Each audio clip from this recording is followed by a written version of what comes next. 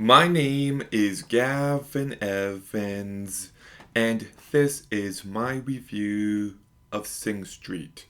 And this review will have spoilers, so there's your warning.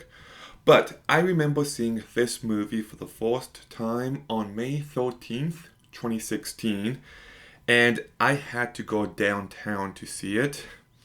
And I really hate going downtown. But I heard great things. I knew it was from the same guy who made Once and Begin Again. So I gave this movie a shot and I was blown away. I loved it so very much and it felt like I discovered a real hidden gem. And I just loved that feeling so much. And it's a movie I have gone back to plenty of times, and I still love it so very much. So let's begin by talking about the cast. And Fordia Walsh-Peelo does a really great job here.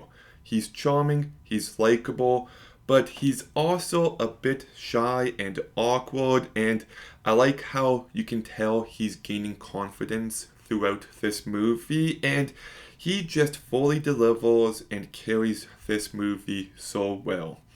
I believe the only other movie I've seen him in since was Coda, which is a real shame. Like, he's good in that movie, I just wish he was in more stuff.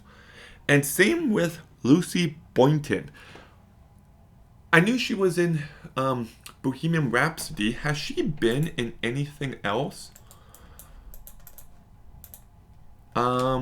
Bobby? Okay, the pale blue. She deserves a better career. This is actually really unfortunate because she is magnificent here. She looks great, she's charming, she's funny, she's sweet, she's sincere.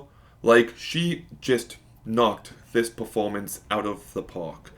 And I do like the chemistry between these two characters. It just felt really authentic. Jack Rhino, actually, he's been in a few movies, but as of right now, and keep in mind I'm recording this video before I've seen The Mummy, but this is my favorite performance of his. I just liked what he brought to this movie. You know, he's the older brother who's wise, but a bit more. I don't know, like, he wasted. Like, he hasn't lived up to his potential, and I like how he can pass his knowledge down to his younger brother, and it's just a really nice dynamic. I like how smartass he can be, but he can also be really sincere, and he just fully delivers here. Ben Carolan does a really good job as well. Mark McKenna is a great addition. He could have been a really forgettable side character, but I thought he brought enough here. And I like the fact that his character has this weird obsession with rabbits. Don Riccioli does a great job. He's just a real asshole, and he felt really believable as this character. I guess I can talk about Aidan Gillen here because he's Littlefinger from Game of Thrones, but the truth is he's not really in this movie all too much. He doesn't really leave much of an impression, and Ian Kenny does a good job. So, the movie is incredibly well acted, and I just love the story on display. This is a coming of age movie, it is a music movie, and it just fully excels at both.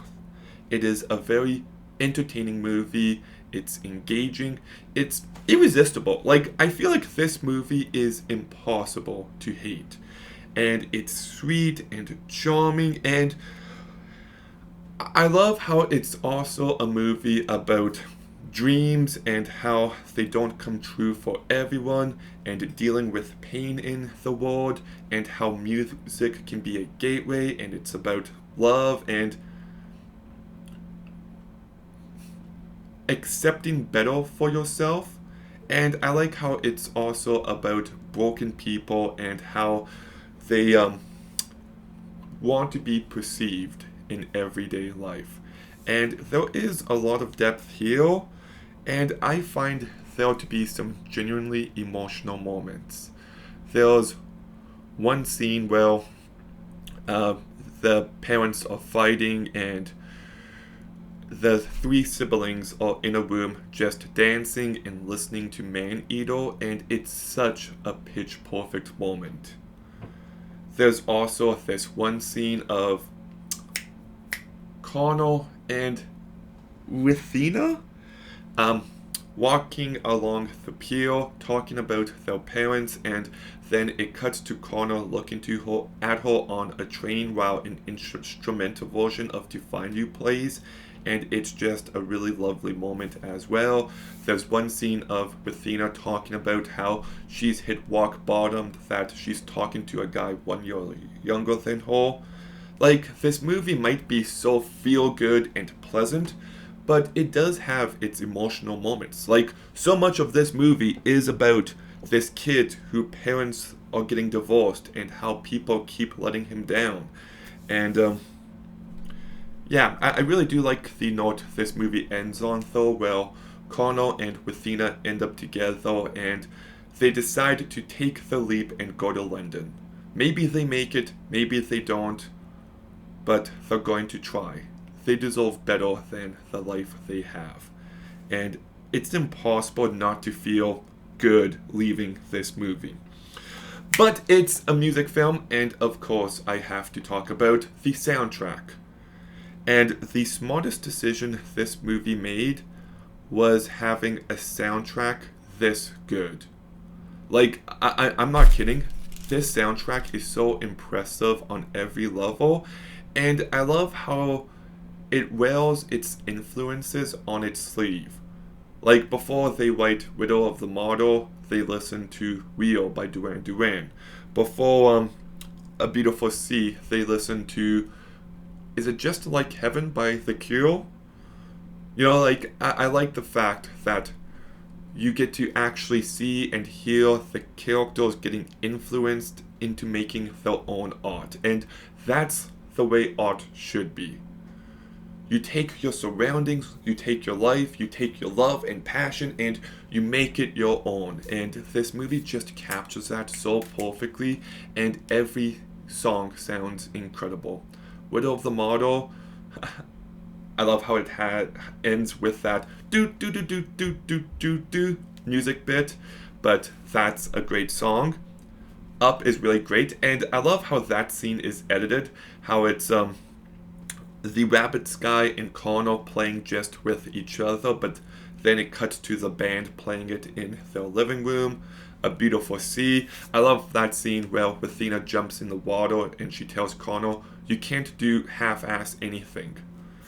I love Driver Like You Start is the best song here. It is phenomenal. It is pitch perfect, and I love how they keep bringing up Back to the Future, and it does capture that vibe. And I love how you've got this imaginary scene of where everything works out for Connor. His parents are together and in love. His principal isn't a complete dick. Athena came and didn't disappoint him. And then after that scene ends, it just cuts to the brutal reality, and he's alone, and that music video was probably a dud. To Find You is my second favorite song on this album. It's just so beautiful and sincere, and I love that scene of Athena listening to it on the park bench. Girls is a really fun song. Brown Shoes is like the best fuck you song there is. And I love the Adam Levine song Go Now at the very end. It fits that scene so perfectly. So it's really just bop after bop after bop after bop. It just, yeah. And I also like how the music videos capture that corny, low budget feel, but it's still kind of good, and delightful, and yeah, John Connie knocked it out of the park here. This is a movie I could watch any day in any mood. It's so uplifting and feel good and romantic and emotional and sweet, while also having its sad moments. It's just a perfectly done movie, and if you were to ask me, this would be in my list of top 100 movies of all time. So I'm giving Sing Street a 9 out of 10. 2016 was such a great year for movies, like La La Land, The Conjuring 2, Manchester by the Sea, this movie, Arrival, Moana, Kubo and the Two Strings, Gods of Egypt, yes, I mean it, American Honey, The Love Witch, just a 10 Cloverfield Lane, just what a year. But Sing Street, have you seen it? What did you think? Let me know in the comments down below. Make sure you like, comment, subscribe. Stay tuned for more videos soon. And Gavin out.